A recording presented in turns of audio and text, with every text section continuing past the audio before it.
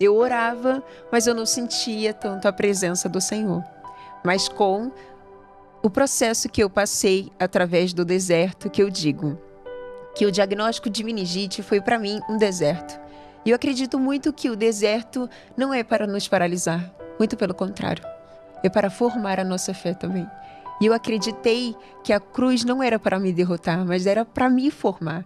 E sem dúvidas, mesmo eu tendo uma catequese familiar, eu precisei passar pelo deserto para ter um encontro maior de intimidade com Deus. E foi exatamente em coma, 22 dias em coma que eu passei, eu senti o abraço de Deus. Claro que pelos olhos eu não tive essa capacidade de ver o Senhor, mas eu senti a presença dele. Tanto que quando eu voltei, eu acordei depois do coma, eu já não era mais a mesma. Eu já tinha uma fé que nem eu mesma conseguia explicar. Eu só sabia vivê-la. Quando eu recebi o diagnóstico, porque tudo começou com os sintomas sendo eles febre, dor de cabeça, náusea, sensibilidade à luz, fraqueza corporal. A primeira médica que me recebeu, ela disse: é dengue, pode voltar para casa. Recebe essas medicações, mas pode voltar para casa.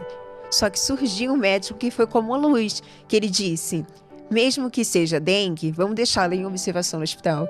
E realmente foi essa luz que esse médico trouxe que também me salvou. Foi muito de Deus, porque se eu tivesse voltado para casa, eu não teria a graça de estar aqui testemunhando a minha história. A graça de Deus na minha vida. Porque a gente sabe que a meningite ela acontece de forma muito rápida. Quando eu disse capaz de levar a óbito a menina de 24 a 48 horas, eu já estava no segundo dia com os sintomas. Dali onde eu fiquei em observação, surgiu uma médica que eu digo com toda certeza que já era Deus se apresentando para mim. Por quê? Ela já estava 3 dias de plantão, já era para ela ter ido embora há muito tempo, mas ela sentia uma agonia no coração que era para ela poder ficar. E detalhe, ela era a única médica naquele hospital que sabia sobre meningite. E foi ela que recebeu o meu caso. E ela ficou mais 3 dias comigo de plantão, sem ir para casa, porque ela disse: eu sinto que é uma missão para mim cuidar dela. E realmente foi muito forte. Eu tive que ficar em coma pra gente poder começar... Um coma induzido. Exatamente. 22 dias pra gente poder tratar a meningite e ter a chance de ela chegar a afetar a parte cerebral, enfim.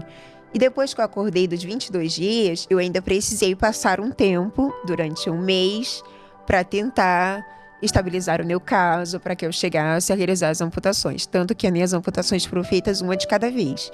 Porque se fosse feito tudo de uma vez, eu também não resistiria. Porque o meu caso estava muito grave. Então, a cada vez que eu ia para o centro cirúrgico, era mais uma oportunidade de eu partir.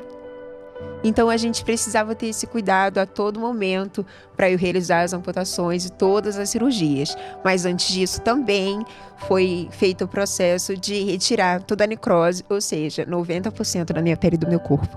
90%? 90%. Por isso as marcas pelo meu corpo, mas eu digo que são as marcas de vitória, que eu não tenho vergonha de assumi-las. Porque é lembrar todos os dias do porquê Deus me trouxe de volta. Eu perdi a audição, além da pele também eu perdi a audição, que foi muito difícil para mim, porque o silêncio é um desafio. Até para nós católicos e todos os cristãos, a gente entende que o silêncio é muito difícil. Porque às vezes a gente acha que no silêncio Deus não quer mais falar conosco. Deus não está mais agindo. Mas eu precisei aprender com o silêncio. E hoje, para mim, é tão lindo de dizer que eu aprendi que o silêncio também é uma oração.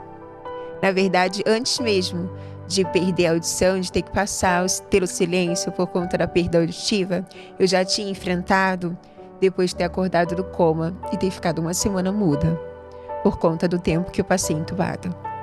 Eu não conseguia falar. E tudo que eu queria era gritar e me desesperar. Porque imagina, tudo pra você estava tudo normal, tudo bem.